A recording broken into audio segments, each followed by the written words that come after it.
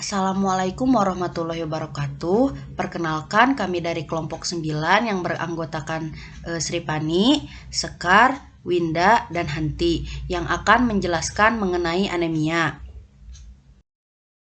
Baik, materi yang pertama yaitu anatomi fisiologi. Sistem hematologi adalah cabang ilmu kesehatan yang mempelajari darah, organ pembentuk darah, dan penyakitnya. Sistem hematologi tersusun atas dua bagian. Yang pertama itu darah, yang kedua tempat produksi darah, termasuk sumsum tulang dan nodus limpa.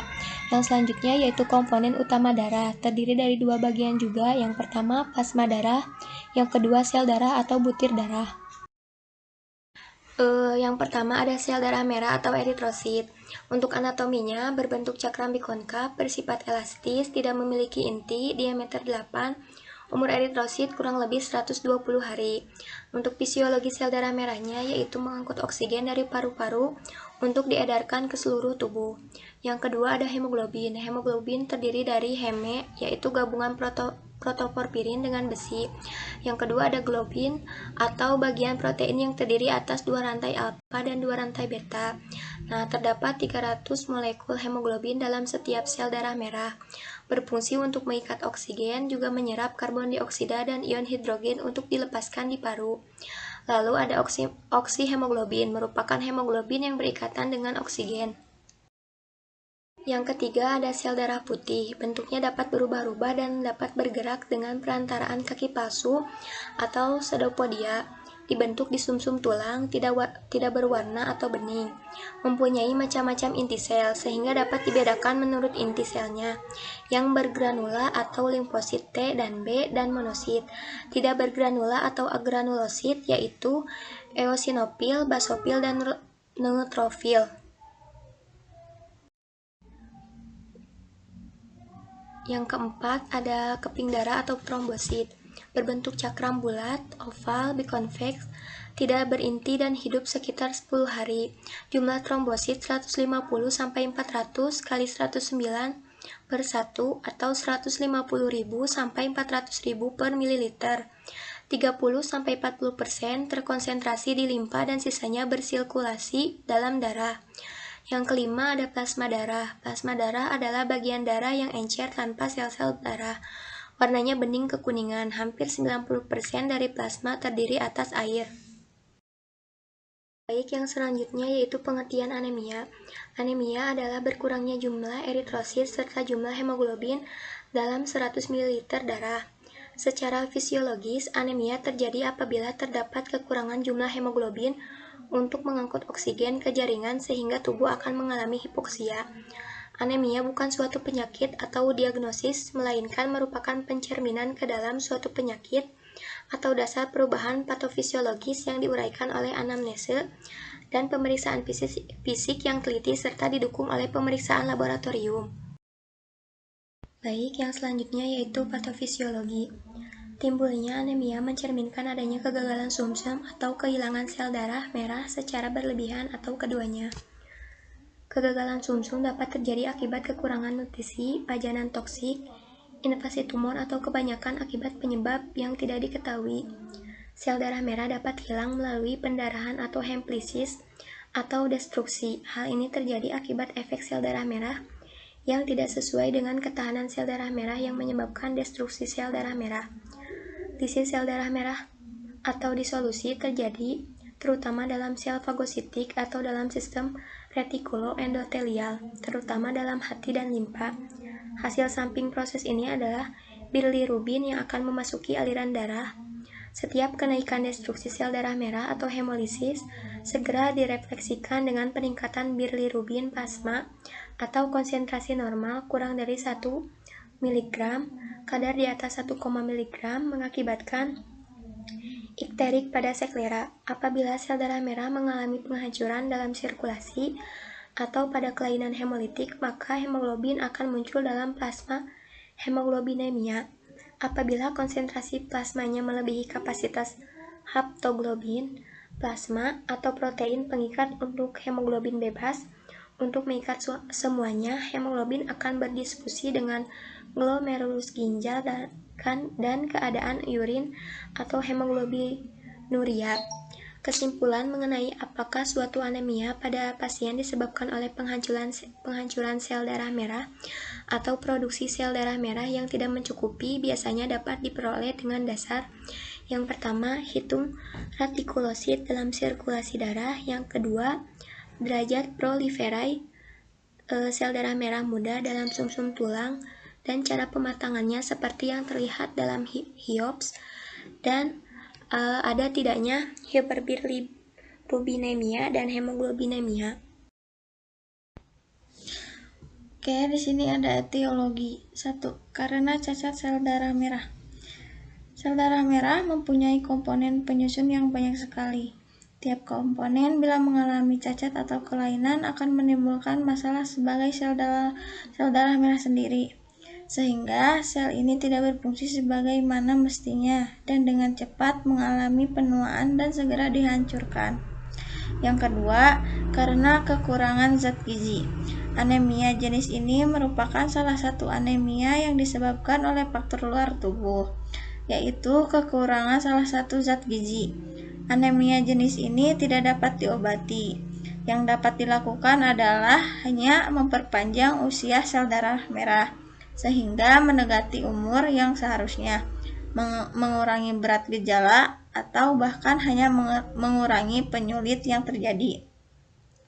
Yang ketiga, karena pendarahan. Anemia karena pendarahan besar dan dalam waktu singkat ini secara relatif jarang terjadi. Keadaan ini biasanya terjadi karena kecelakaan dan bahaya yang diakibatkan langsung disadari.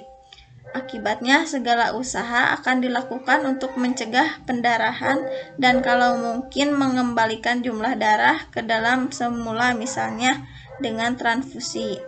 Dan yang keempat, karena autoimun. Dalam keadaan tertentu, sistem imun tubuh dapat mengenali dan menghancurkan bagian-bagian tubuh yang biasanya tidak dihancurkan. Keadaan ini sebenarnya tidak seharusnya terjadi dalam jumlah besar. Bila hal tersebut terjadi terhadap sel darah merah, umur sel darah merah akan memendek karena cepat dihancurkan oleh sistem imun. Manifestasi klinik. Pada anemia, karena semua sistem organ dapat terlihat, maka dapat menimbulkan manifestasi klinik yang luas.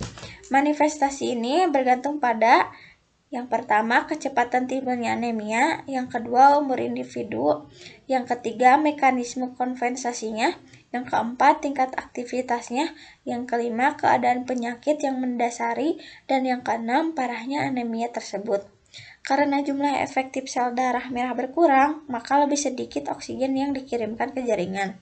Kehilangan darah yang mendadak 30% atau lebih, seperti pada pendarahan, menimbulkan sitomatogi sekunder, hipovolemia, dan hipoksemia. Namun, pengurangan hebat massa sel darah merah dalam waktu beberapa bulan, walaupun pengurangannya 50%, memungkinkan mekanisme kompensasi tubuh untuk menyesuaikan diri dan biasanya penderita asimptomatik kecuali pada kerja jasmani berat. Mekanisme kompensasi bekerja melalui yaitu: yang pertama, peningkatan curah jantung dan pernapasan. Karena itu, menambah pengiriman oksigen ke jaringan-jaringan oleh sel darah merah. Yang kedua, meningkatkan pelepasan oksigen oleh hemoglobin. Yang ketiga, mengembangkan volume plasma dengan menarik cairan dari sela-sela jaringan. Dan yang keempat, redistribusi aliran darah ke organ-organ vital. Pemeriksaan penunjang. Yang pertama, ada anamnesis. Keluhan anemia pada umumnya merupakan riwayat penyakit atau kalau perlu riwayat penyakit pada keluarga, pada kelainan herediter. Yang kedua, ada pemeriksaan fisik. KU, konjungtiva, palpebra, sklera, bibir, lidah, kelainan kongenital, bentuk kepala, wajah, jantung atau paru, pembesaran kelenjar, hati, dan limpa. Lanjut yang ketiga, pemeriksaan laboratorium. Kadar hemoglobin, jumlah eritrosit, leukosit, hitung jenis hematokrit, nilai mutlak MCP, MCHC, MCH. Gambaran apusan darah tepi, retikulosit, jumlah trombosit, bone marrow function, BMP, kadar besi serum, resistensi eritrosit, hemoglobin patologis, hemoglobin elektroforesis, tes koagulasi darah, bilirubin direct atau indirect, tes kom. Yang keempat, pemeriksaan penunjang lain, rongsen foto tulang tengkorak, tulang panjang, EKG pada anemia grafis dan atau dekompensasi jantung. Selanjutnya yaitu ada pathway. Yang pertama yaitu gangguan fungsi ginjal atau dalam dunia medis biasanya pasien-pasien yang terkena gagal ginjal kronis akan mengalami gangguan produksi hormon eritropoietin. Fungsi si hormon eritropoietin ini adalah untuk menstimulasi pembentukan sel darah merah di sumsum tulang. Karena gangguan fungsi ginjal tadi, maka stimulus pembentukan sel darah merah di sumsum tulang belakang akan menurun. Faktor selanjutnya yaitu keganasan. Faktor selanjutnya yaitu keganasan atau yang biasanya kita sebut kanker sumsum tulang, sehingga membuat depresi sumsum tulang dan menyebabkan gangguan pembentukan eritrosit.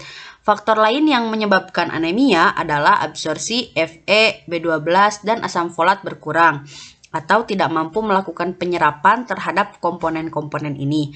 Padahal komponen ini merupakan komponen pembentuk sel darah merah atau eritrosit, sehingga ketika tidak mampu terpenuhi komponen ini mungkin karena asupannya kurang, maka eritrosit terbentuk tidak sempurna dan eritrosit sendiri mudah pecah. Nah, biasanya ini disebut dengan megaloblastik. Jadi, eritrosit tumbuhnya tidak normal dan cenderung terlalu besar dan mudah rapuh atau pecah.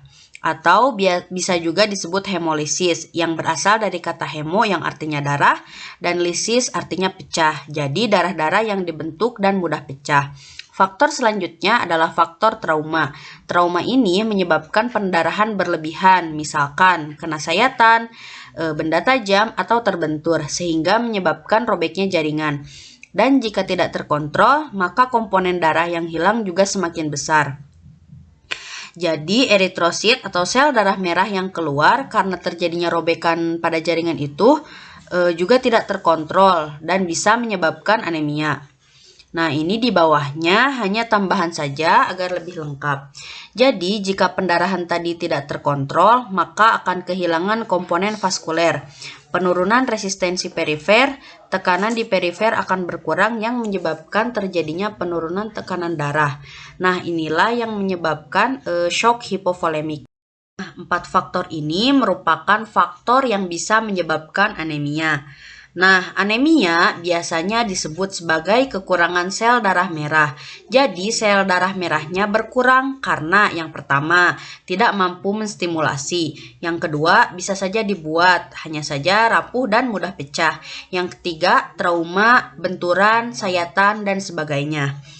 Ketika produksi eritrosit menurun karena tadi hormon eritropoietinnya tidak diproduksi dengan baik di ginjal, sehingga tidak mampu merangsang sumsum tulang belakang untuk membuat sel darah merah.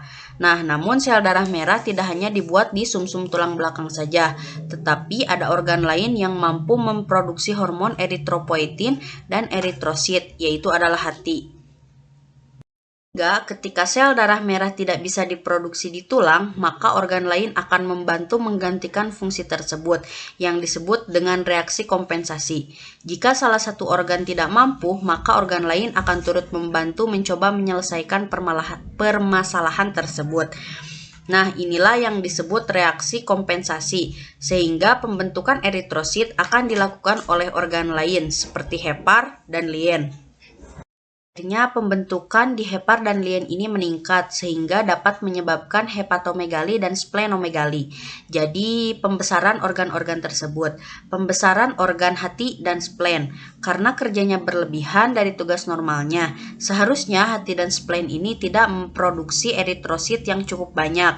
Tetapi karena sumsum tulang belakang tidak dapat memproduksi cukup, maka hepar dan spleen ini menggantikan fungsinya, sehingga karena kerja yang terlalu berat dapat menyebabkan pembesaran pada organ-organ tersebut.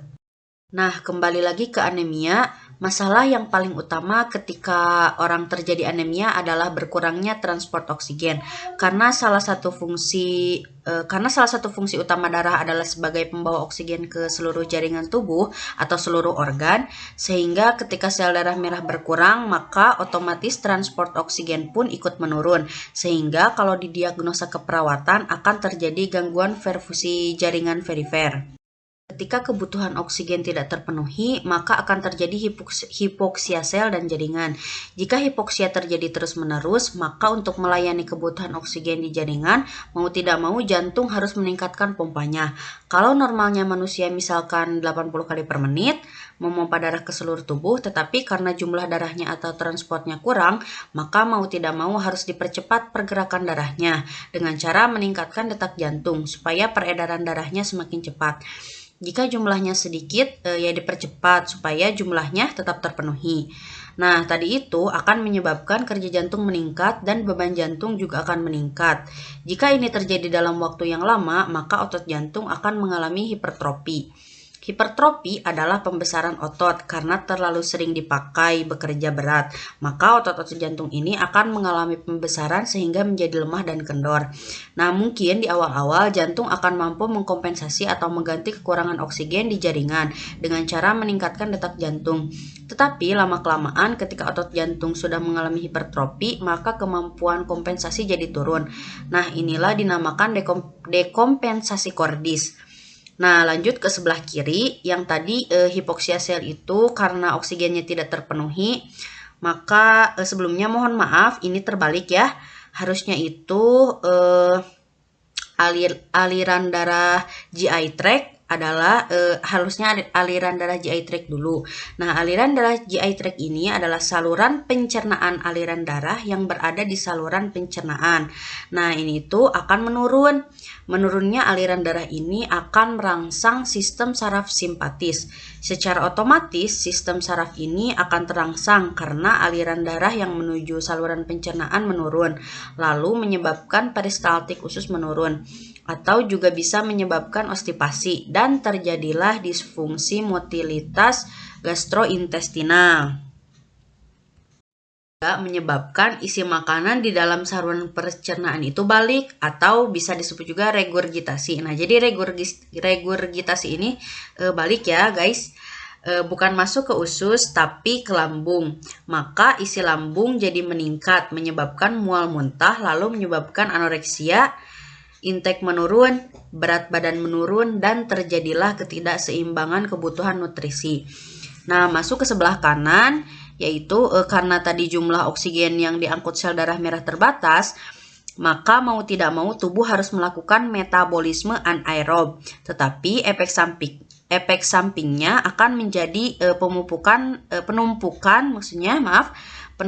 asam laktat pada jaringan. Nah, lalu akan terjadi kelelahan dan terjadilah intoleran aktivitas. Kelelahan juga bisa membuat bed rest, lalu menyebabkan ketidakmampuan memenuhi ADL. Nah, terjadilah pengabaian diri. Lalu dari pengabaian diri ini akan terjadi gangguan eliminasi, personal hygiene, nutrisi, dan juga merias diri.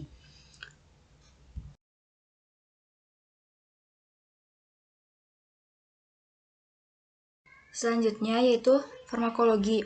Anemia defisiensi zat besi. Untuk pengobatan oral, salah satu contohnya ada ferrosulfat. Persen zat besinya 20, yang biasa digunakan untuk formulasi dan zat besi yang tersedia yaitu 60-65 mg per 324 sampai 325 mg tablet, 60 mg per 5 ml sirup, 44 mg per 5 ml eliksir, dan 15 mg per 1 ml. Untuk pengobatan parenteral, salah satu contoh nama obatnya ada Verumaxitol. Untuk jumlah zat besinya 30 mg per mililiter. Dosis yang digunakan untuk orang dewasa yaitu untuk dosis awal 510 mg intravena, diikuti 510 mg intravena untuk 3-8 hari kemudian, dan untuk kecepatannya 30 mg per detik. Selanjutnya, yang kedua, anemia defisiensi vitamin B12. Untuk pengobatan oral, ada kobalamin 1-2 minggu per hari untuk 1-2 minggu. Untuk pengobatan parenteral, intramuskular cyanokobalamin 1000 mikrogram per hari untuk 1 minggu dan untuk 1 bulan. Untuk yang 1 bulan, itu pemberian oralnya setelah gejala sembuh. Yang ketiga, anemia defisiensi asam folat. Untuk pengobatan oral, asam folat 1 mg per hari untuk 4 bulan. Dan jika terjadi malabsorpsi menjadi 1-5 mg per hari. Tanda dan gejala, yaitu yang pertama ada tanda umum, lemah, letih, lesu, mudah pusing, penurunan daya konsentrasi.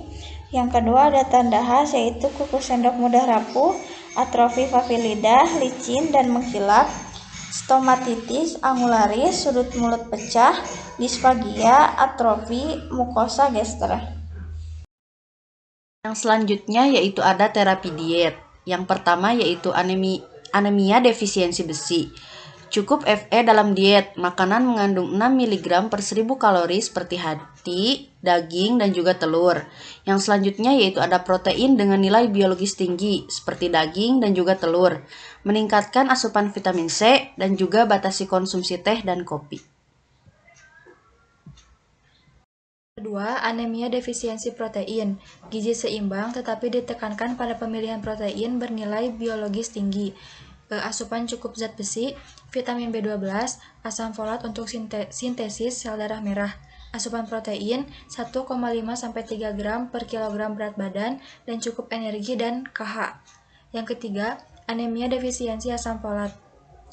Tinggi asam folat, zat besi, vitamin C, vitamin B1, protein. Bahan makanan sumber folat yaitu ikan, daging, kacang-kacangan, dan brokoli, dan kalori disesuaikan dengan kebutuhan. Yang selanjutnya yaitu ada asuhan keperawatan. Yang pertama yaitu pengkajian. Nah, di pengkajian ini itu ada menanyakan identitas pasien, keluhan utama, riwayat penyakit sekarang, riwayat penyakit dahulu, riwayat penyakit keluarga, riwayat psikososial, pengkajian pola fungsi, pola eliminasi, pola aktivitas dan latihan, pola tidur dan istirahat, dan juga ada pemeriksaan fisik yaitu meliputi status kesehatan umum dan juga sistem hematologi. Selanjutnya yaitu ada diagnosis keperawatan. Nah, menurut sumber dari NIC yaitu risiko ketidakefektifan perfusi jaringan perifer berhubungan dengan penurunan konsentrasi hemoglobin dan darah suplai oksigen berkurang. Yang selanjutnya yaitu ketidakseimbangan nutrisi kurang dari kebutuhan tubuh berhubungan dengan intake yang kurang atau juga anoreksia. Yang selanjutnya yaitu defisit perawatan diri berhubungan dengan kelemahan fisik. Lalu ada resiko infeksi dan juga resiko gangguan integritas kulit berhubungan dengan keterbatasan mobilitas. Yang ketiga, intervensi peripheral sensation management atau manajemen sensasi perifer. Yang pertama, monitor adanya daerah tertentu yang hanya peka terhadap panas, dingin, tajam, atau tumpul. Yang kedua, monitor adanya paretese. Yang ketiga, instruksikan keluarga untuk mengobservasi kulit jika ada laserasi. Yang keempat, gunakan sarung tangan untuk proteksi. Yang kelima, batasi gerakan pada kepala, leher, dan punggung. Yang keenam, monitor adanya tromboflebitis. Yang ketujuh, diskusikan mengenai penyebab perubahan sensasi. Selanjutnya yang keempat, tujuan dan kriteria hasil. Sumber dari NOC, perfusi jaringan, perifer adekuat. Yang pertama, kapilari refill DBN. Yang kedua, denyut nadi perifer distal adekuat. Yang ketiga, denyut nadi perifer proksimal adekuat. Yang keempat, sensasi normal. Yang kelima, warna kulit normal. Yang keenam, temperatur ekstremitas hangat. Yang ketujuh, tidak terdapat edema perifer. Dan yang kedelapan, tidak terdapat nyeri pada ekstremitas. Yang kelima, implementasi keperawatan. Ada 3 fase implementasi keperawatan, yaitu fase persiapan, fase operasional, dan fase terminasi. Dan yang keenam ada evaluasi keperawatan. Nah, baik, cukup sekian dari kami. Terima kasih atas perhatiannya, kurang lebihnya mohon dimaafkan. Wassalamualaikum warahmatullahi wabarakatuh.